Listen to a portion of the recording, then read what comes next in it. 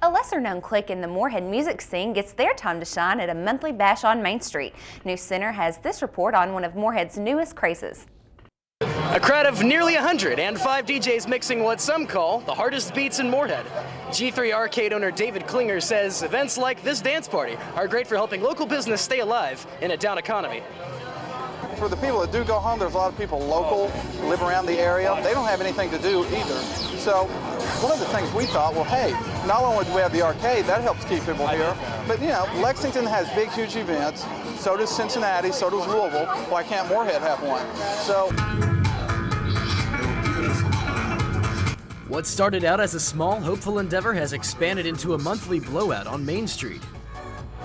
The G3 Arcade and iNet Cafe has started hosting monthly dance parties featuring live DJs, spinning house, techno, and trance music.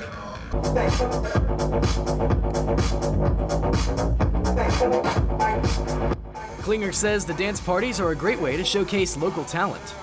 We were approached by our DJs and said, hey, you know, would you mind if we spun some tracks for you, do something like that? I said, sure, you're welcome here anytime. They started coming down, doing a regular set, and since they're right here local, I mean, that's a great way for them to showcase their talent, get a little bit of recognition out there. I mean, we have a great time with them, so do they.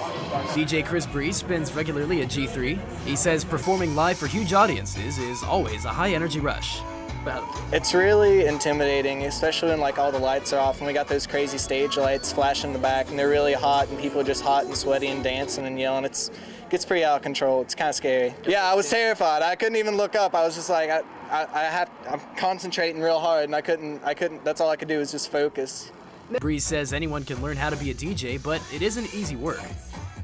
DJing's all about just, you gotta get 2 songs, you gotta get them to match up the right tempo. It's all about the bass. We have a real nice sound system going on too. I mean, if you screw up the bass lines and they clash, it's gonna sound bad. So it's mainly about getting 2 songs in sync together so that they sound like a whole entirely new song.